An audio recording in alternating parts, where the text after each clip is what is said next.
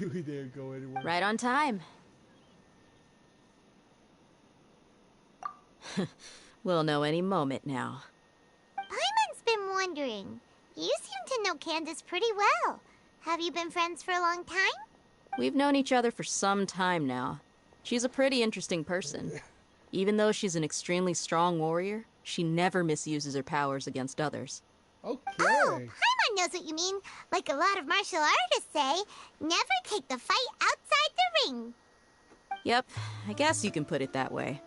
It takes strong convictions to be as dedicated as she is, and shoulder that kind of responsibility. Us mercs, on the other hand, we pretty much live from one day to the next. Well, Paimon thinks you're great, too.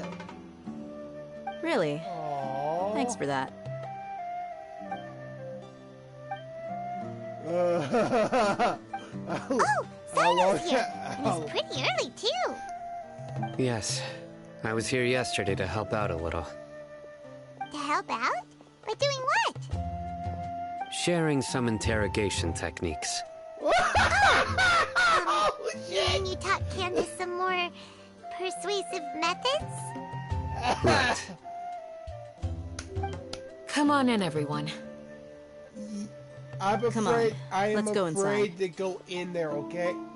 Oh God, I'm being forced to go in. Oh, please don't be bloody. Oh God. Oh, I'm afraid. Oh, they're probably strung up, or they're attached to. They're probably waterboard. I don't know. There's so many torture techniques. Oh, they're probably black and blue. Oh.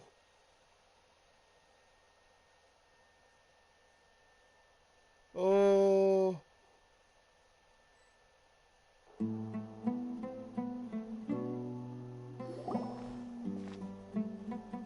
Candace, where? Whoa, you look furious. Do I? Huh. What gave it away? Oh, there's no mask that can hide true bloodlust. Cover up your eyes, and it'll still show itself at the corners of your mouth. Perhaps I need to work on my composure. Still, it's perfectly understandable why I'm angry. I'm sure everyone present would agree. Yes, ma'am. Please, don't beat us anymore. We're gonna die. Well, looks like Cyno taught her well. You fear death yourselves, yet you do not hesitate to place the lives of others at risk. The absurdity is mind-boggling. The ones you call mad scholars are known to us as the Village Keepers. They are vital members of our community, and some even count them as family.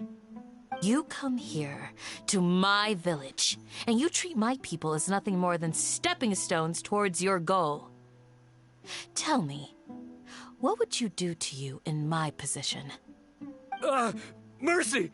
Please have mercy! You've made your bed. We may both be desert dwellers, but there's one thing that I understand better than you. The resurrection of King Deshret will only result in war. And war serves no one. The people of Aru Village care little about which god is in power. Life may be tough and tiring, but we wish to preserve our way of life.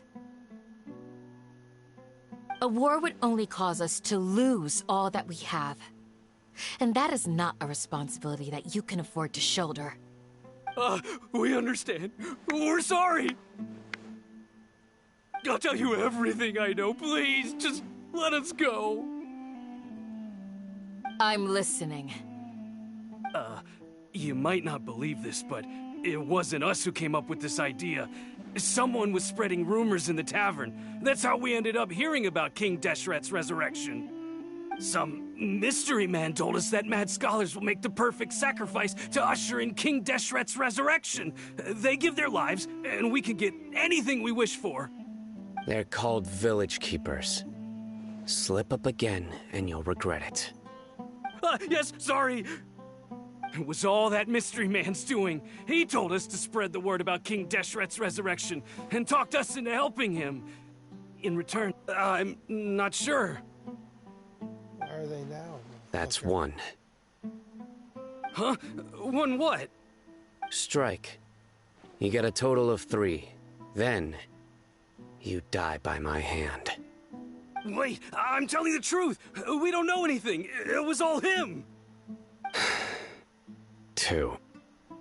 He got us to lure them out of their houses in the night with some kind of incense. We take them to a junction outside the village. Then the mystery guy takes them from there. You gotta believe me, please. I'm telling the truth, I swear. Just ask them if you don't believe me. That was indeed the truth. Traveler, go on.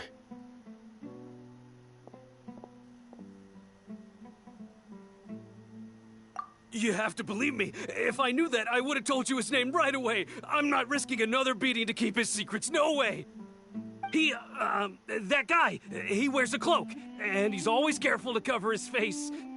He calls himself King Deshret's envoy. I believe I may know what's going on. Uncle Anpu.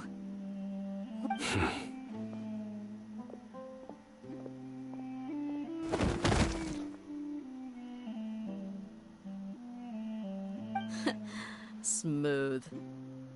Damn! Okay, speak. There was only If one my hit! suspicions He had are them all in correct, one this hit. mystery man they speak of could be from the Academia. Some time ago, people from the Academia attempted to take the village keepers away. I refused, insisting that they are part of our community. It strikes me now that this secretive character shares the same goal they had. Which means it's highly likely that the Academia was purposely spreading a false rumor to trick the radicals into delivering the village keepers right into their hands. They were the ones who brought them here to begin with. Now they're trying to take them back? We aren't gonna let that happen.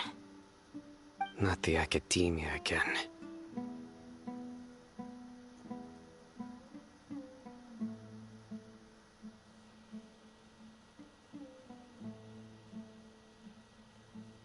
Just as I thought. But what could they want with the village keepers? People are nothing but tools in the eyes of the Academia. A change in their plans likely means they found another way to exploit the scholars. Regardless, our top priority now is locating the village keepers. You're right. Isaka's still waiting for news on his grandpa. Time to go. Let's leave the village and try to track them down. Yes. Pack up and get ready to leave. You got it. Candace, I'll let you deal with the radicals. Leave everything outside the village to us. All right. Let's meet back here once everyone's ready.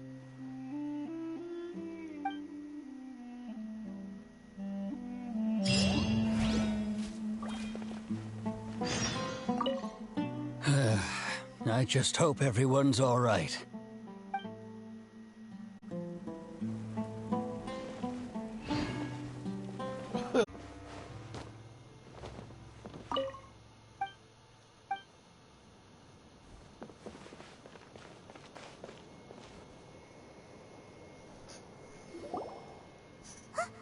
Look, there's someone over there. Good idea. Let's approach him slowly without alarming him. Hey. Hey, calm down. Wait.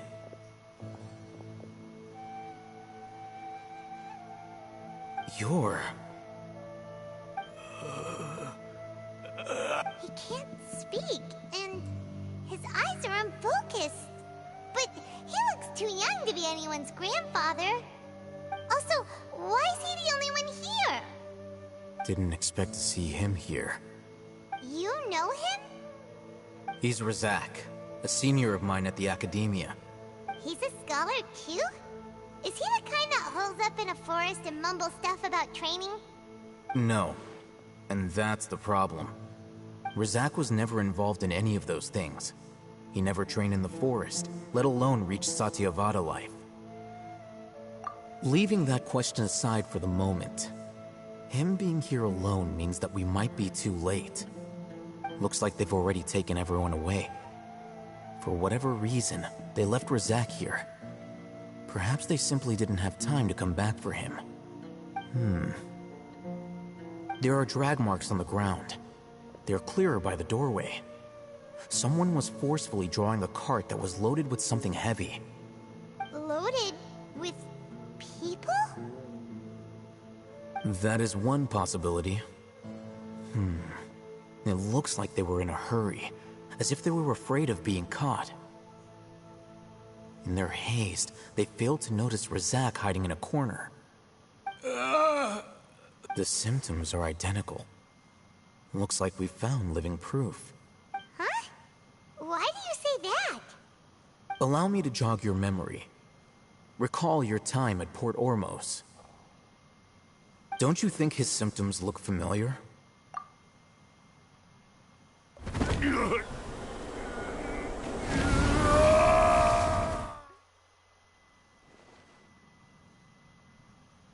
Oh, now that you mention it, they're acting the same way. Correct. The Academia is behind all of this. It isn't difficult to deduce their rationale. God damn. First, the Academia spread a false rumor of King Deshret's resurrection, Emphasizing the role of the village keepers, the mad scholars who were exiled to Aru village. These rumors were all the persuasion that the radicals needed, and those based in Aru village leapt into action. Unbeknownst to them, of course, through rounding up the scholars, they were actually helping the Academia.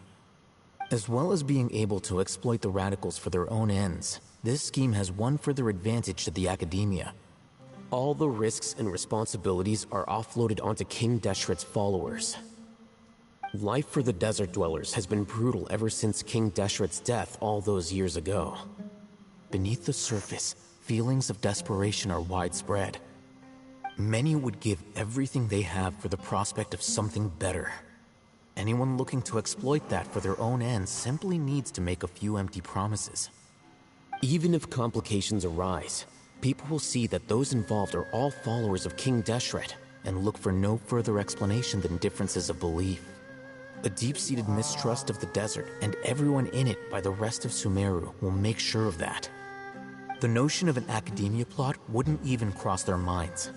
It may seem like a simple strategy, but it is able to work wonders under Sumeru's current circumstances. Oh, that makes a lot of sense. It's in line with the village chief's theory, too. But there's still one very important question. Wasn't it the academia that brought the scholars to Aru village in the first place? Why does it want them back now? Throughout this process, one thing has changed. The scholars' identity. First, they were scholars. Then, they became lunatics. After that, they were exiles. And finally, they become missing persons. An exile is still patently a living, breathing human being. But when someone becomes a missing person, that is brought into question. If you can't find someone, you have no way of knowing what exactly happened to them. That makes missing people an ideal resource. Resource? For what exactly? One possibility is that the information in their brains could be extracted into knowledge capsules. Extracted? You mean canned knowledge comes from people's brains? With the technology of the Sumeru Academia, it's entirely possible. Perhaps the process caused them great suffering, which is why they cry out in the dead of night, when no one is watching them. So, the human brain... Nope, nah, Paimon doesn't want to think about this. I'm the Academia scribe, after all. I'm familiar with their projects. Anyway, judging by Razak's state, the contents of a divine knowledge capsule were extracted from his mind. But something went wrong in the process. Or perhaps his curiosity got the better of him, and he used such a capsule for himself. Paimon's a little confused. Can they just use anyone's brain?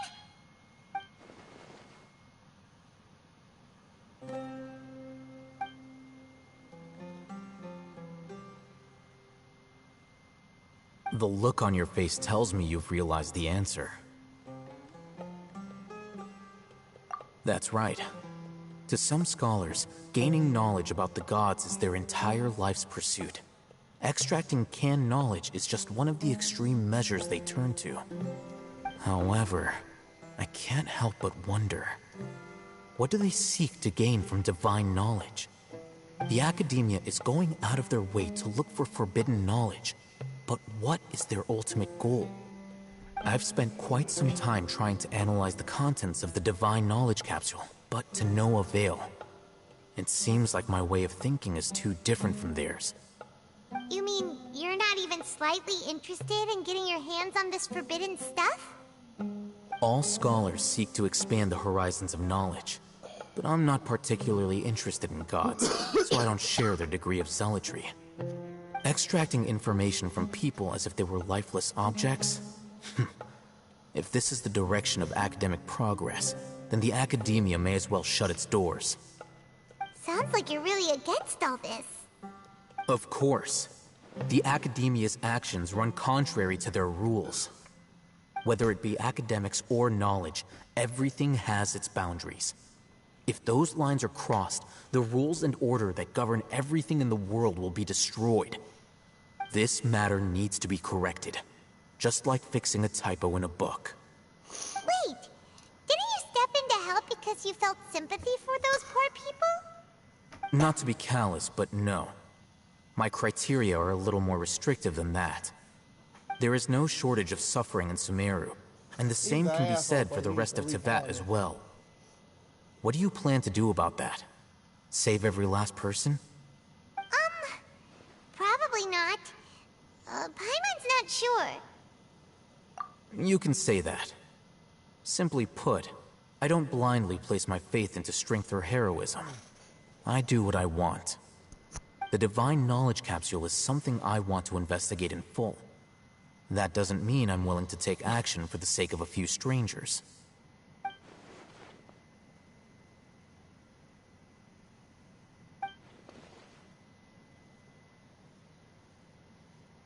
Paimon's been wanting to say this for a while. There are a lot of bad guys in the academia, but you're not one of them. You're their weirdo. Yeah. You're probably right. Though I must say, I quite enjoy this feeling of being the odd one out. Uniqueness is also an asset, is it not? Wow, that's a great way to think about it. Paimon's really impressed. If only Miss Shani had a similar mindset, her life would definitely be a lot easier. I'm just a more likable person than her in general. There's nothing more to it than that.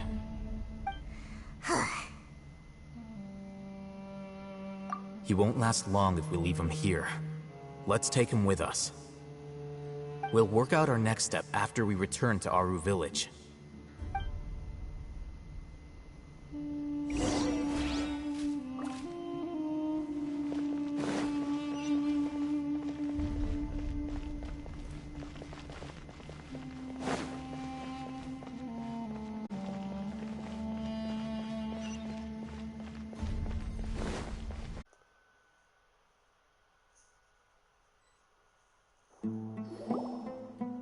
We're back!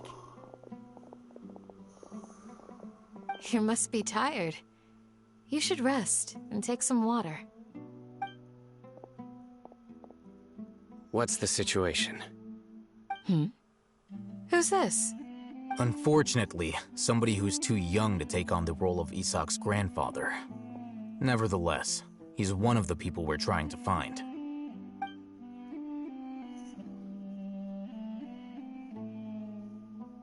So, at one point in time, the abandoned Elazar Hospital served as the Academia's site for extracting divine cant knowledge. Yep, pretty much.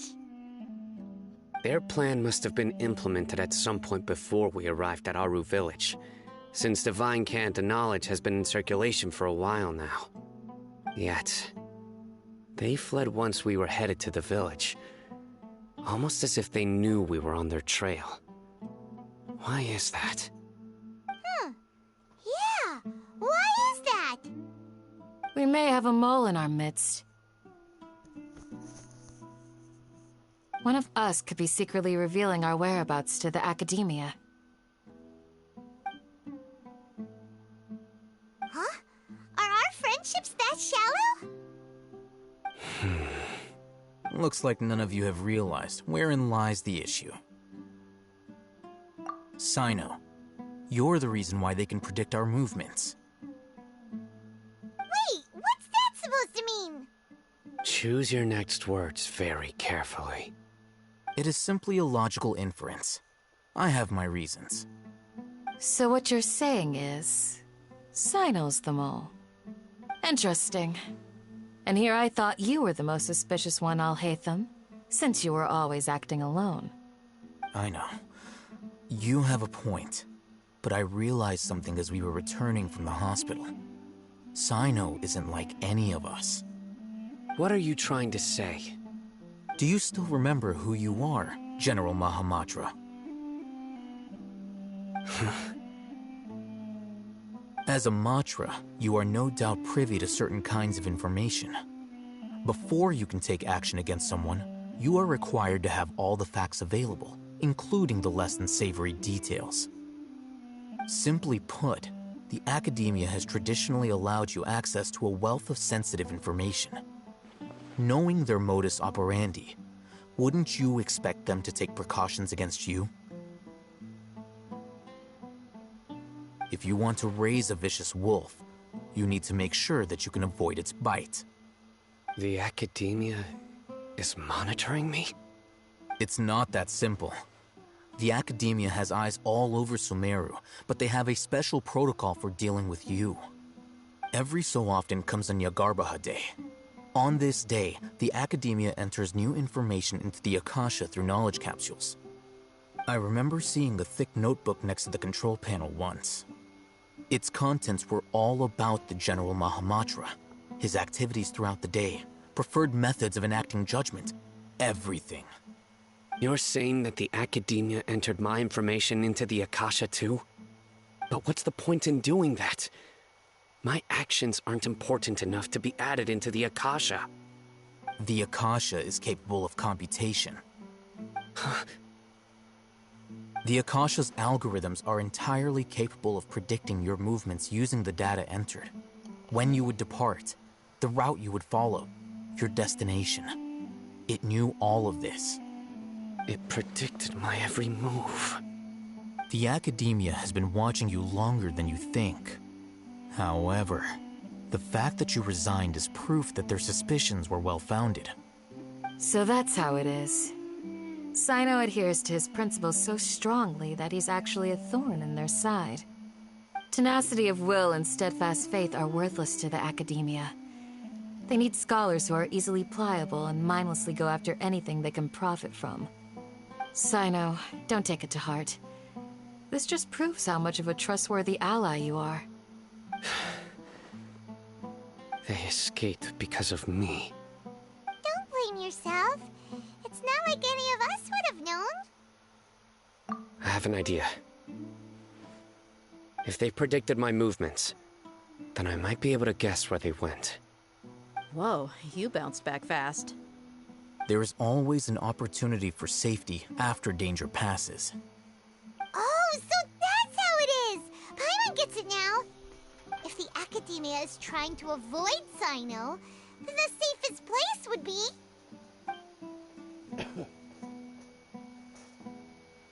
Yep, that's right! They'll want to proceed in the direction opposite of where I'm going.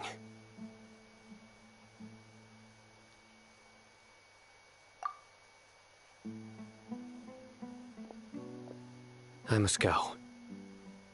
There's also something I want to investigate. Let's go, guys! After him! Please, wait! I want to go too! You want to go too? If so, you have to promise you'll stay safe. I want to find Grandpa. I promise I'll be careful and not cause any trouble. Everyone, I leave him in your hands. Yeah, oh. Yay! Let's go! Remember to pack some food with you! Paimon feels like we're missing someone, though.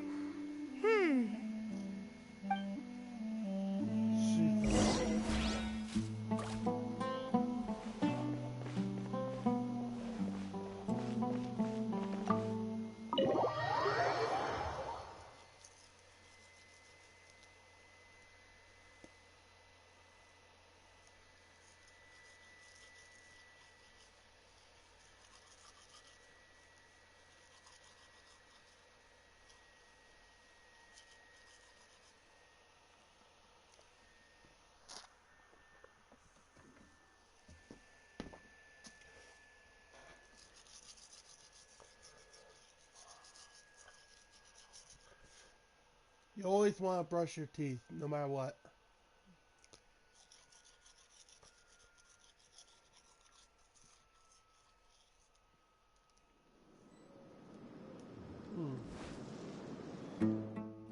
Oh, come on, Robert.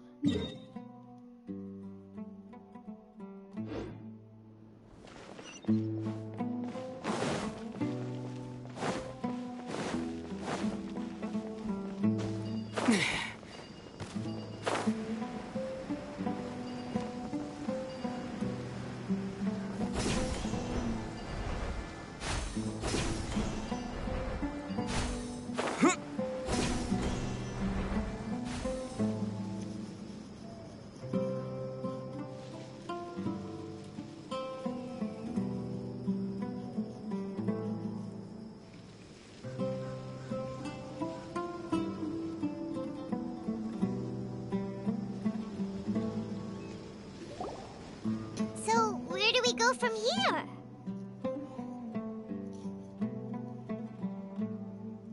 Yes. After leaving the village, we should head straight toward the desert.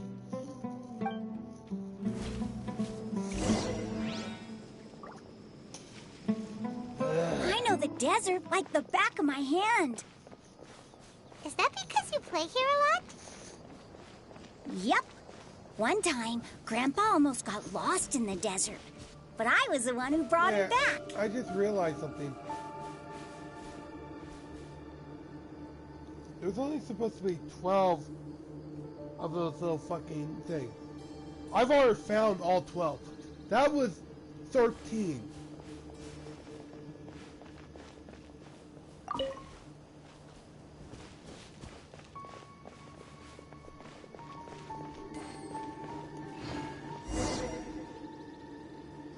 There's something here.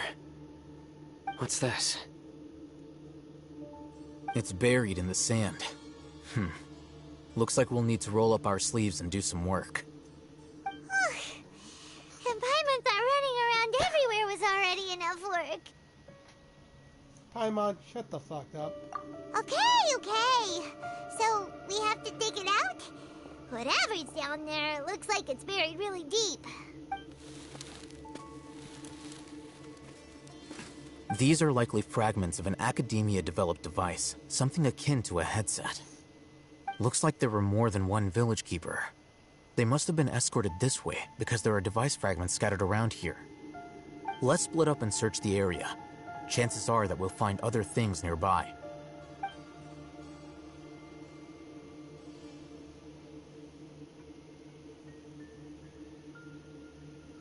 Is this what we're searching for? It looks kind of scary. This is definitely a device used to extract divine knowledge. How did it end up buried in the sand? That can't have been part of the plan. They must have been attacked along the way. Wait, what? Grandpa, I hope you're okay. Don't worry, your grandpa's gonna be fine. Razak didn't display any signs of starvation or dehydration, which means that they left fairly recently. We should be able to catch up. One more thing. Given that the device had been entirely covered by sand, I believe the attack must have happened prior to the sandstorm. I agree. Let's keep going. They can't have gone far. Ugh, but running on sand is so tiring. But you're flying, aren't you, Paimon? Is flying over sand tiring too? Ugh, of course it is! Paimon, stop bitching. You at least are able to fly.